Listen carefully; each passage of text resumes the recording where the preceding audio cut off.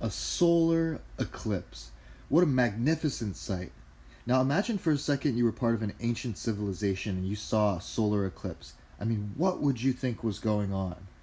I mean, as it turns out, over the years, a lot of groups that didn't know much about the orbit of the planets or even really what the sun was thought the gods were angry when there was a solar eclipse. And in some cases, they even sacrificed or killed people to try to please the gods until the sun would come back again. And a total lunar eclipse, stunning as well. So what are eclipses and why do they occur? So let's start by going back to this picture and we can break it down a little bit. So what's this object here? Probably know right away that that's the sun there in the background. And what makes it eclipse is that the sun's getting blocked out. So a solar eclipse is when the sun gets blocked out. The eclipse will always be named for what's getting blocked out. So if the sun's in the background getting blocked, what is right here blocking the sun? Any guesses? Well, that object is the moon, and it's amazing that the moon, being much smaller than the sun, is able to block out something massive like the sun. But as you might know, objects that are closer appear larger. So the sun being way further away than the moon means that the size of the sun and the moon in the sky actually match up pretty well. And that's a pretty cool coincidence that they match up so perfectly that when there's a solar eclipse, the moon moves in front of the sun and it blocks it out perfectly. They match up in size. So if a solar eclipse is named that because the sun's getting blocked out, a lunar eclipse, like we're seeing here, is when the moon is getting blocked out. And this is a partial lunar eclipse because it's only showing part of the moon getting blocked out. And we'll talk about the total lunar eclipse a little bit later. But in this lunar eclipse, when the moon is getting blocked out, what's creating this shadow here that's going to move across the moon and block it out? What's going to block out the moon? Well, it's actually the shadow from the Earth. So in this picture, we have the moon here, and we're on the Earth, and so we're casting this shadow onto the surface of the moon, which will eventually move across and block the moon out, creating the lunar eclipse. So where's the sun in all of this if the Earth is casting a shadow in front on the moon? Well, that means that the sun must be behind the Earth. And if the sun's behind the Earth in relation to this diagram, the sun is going to cause the Earth to cast a shadow forward onto the moon, blocking it out, creating that lunar eclipse. All right, guys, as you know, you're still responsible for your thinking rights. And in this case, you got some great video links here of examples of eclipses. Make sure to check those out and respond to the questions below. Next, we'll add some official definition to what we've talked about already.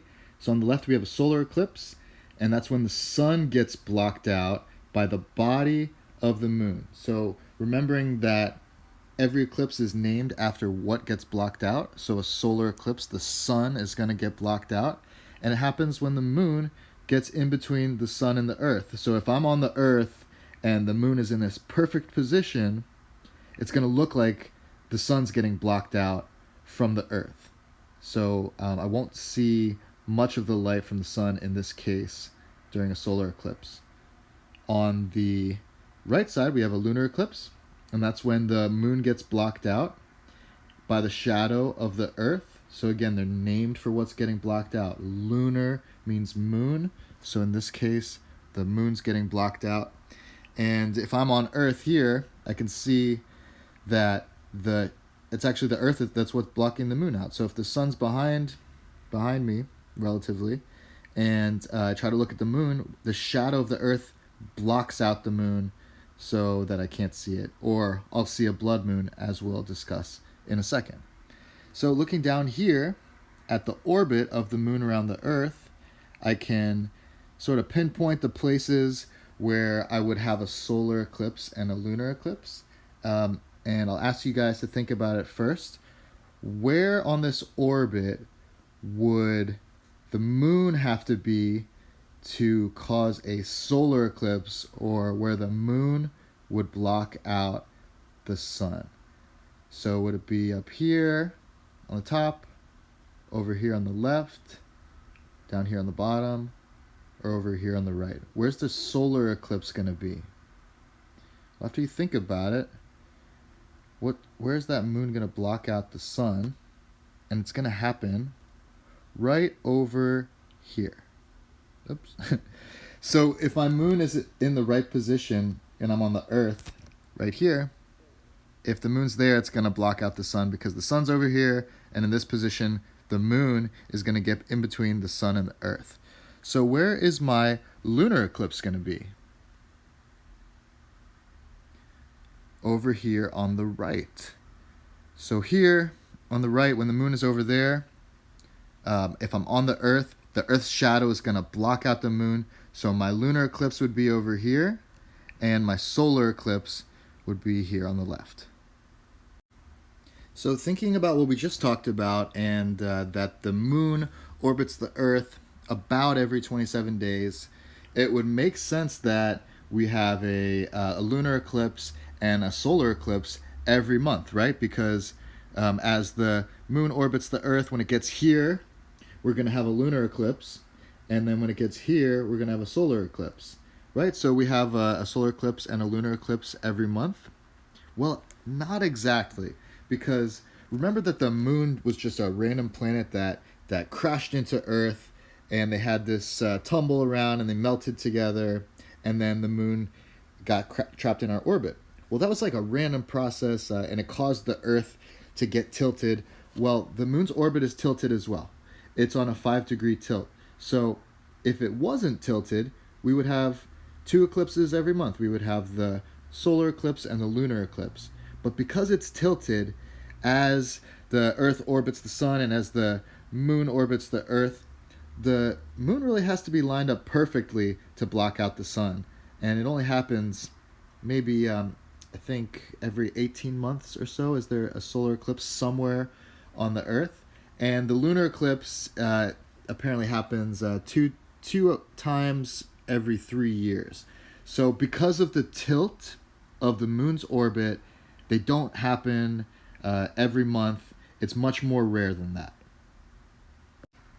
All right, we'll dive back in with some more details. We got a partial solar eclipse and a total solar eclipse, and that's just based on how much of the sun is getting blocked out. So a partial solar eclipse, we just have part of the sun getting blocked out, and then a total solar eclipse, the whole thing's getting blocked out.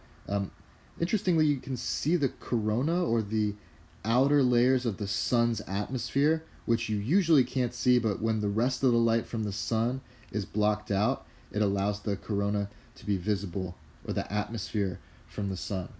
So what you're going to see from Earth depends on where you are and where the moon is located relative to the sun and the Earth. So going back to this diagram from the notes is going to be useful for interpreting where they're going to see a partial eclipse and where they're going to see a total eclipse.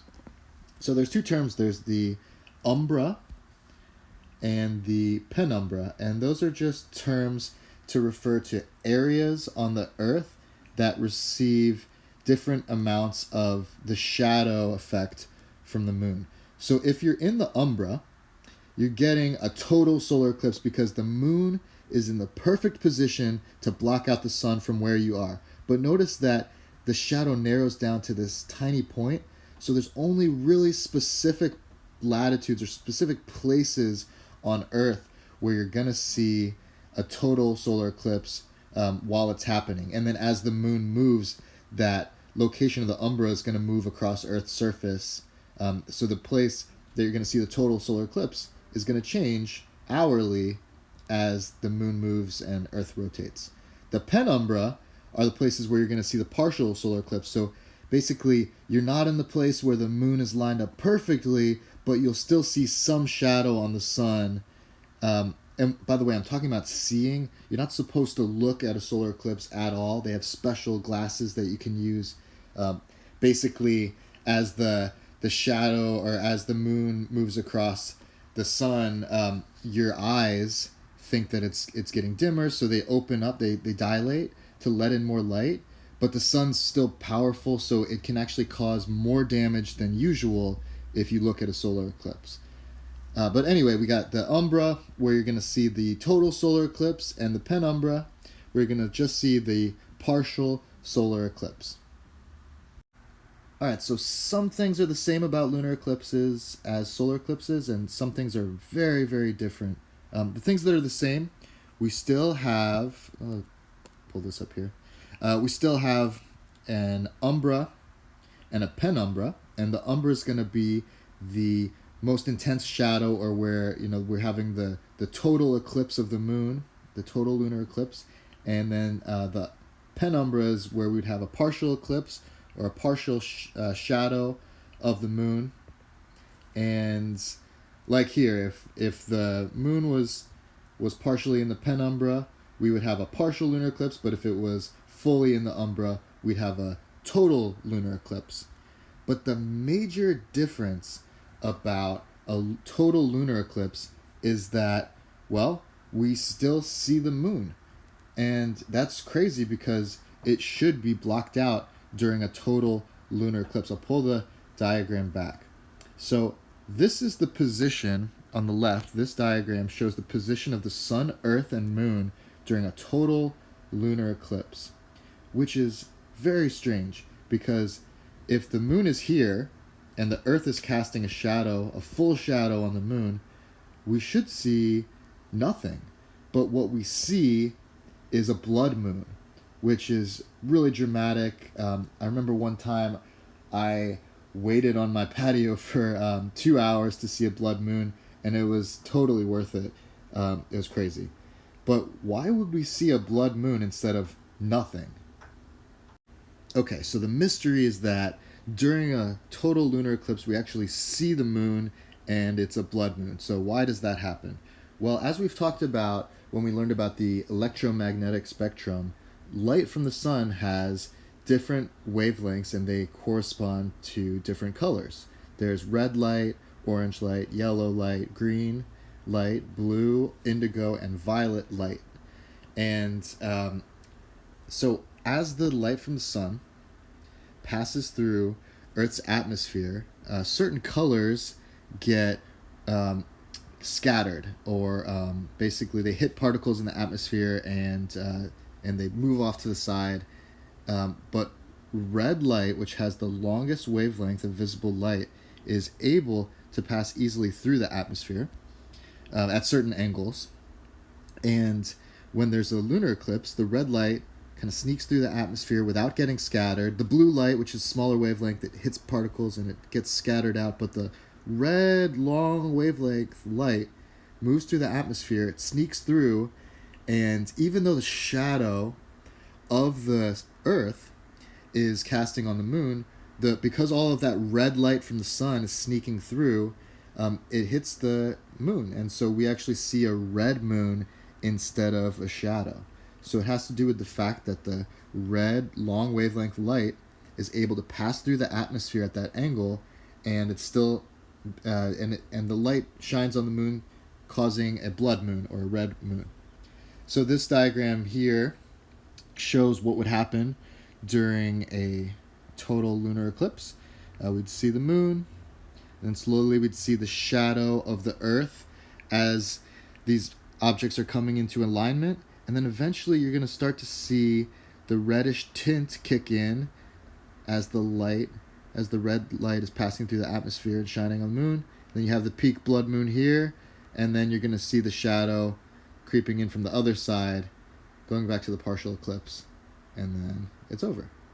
So I definitely encourage you to watch the videos in the Think and Write. Those are great examples of eclipses, and you can actually see the blood moon happening. Total lunar eclipses, total solar eclipses, blood moons, pretty cool, guys, and I'll talk to you guys next time.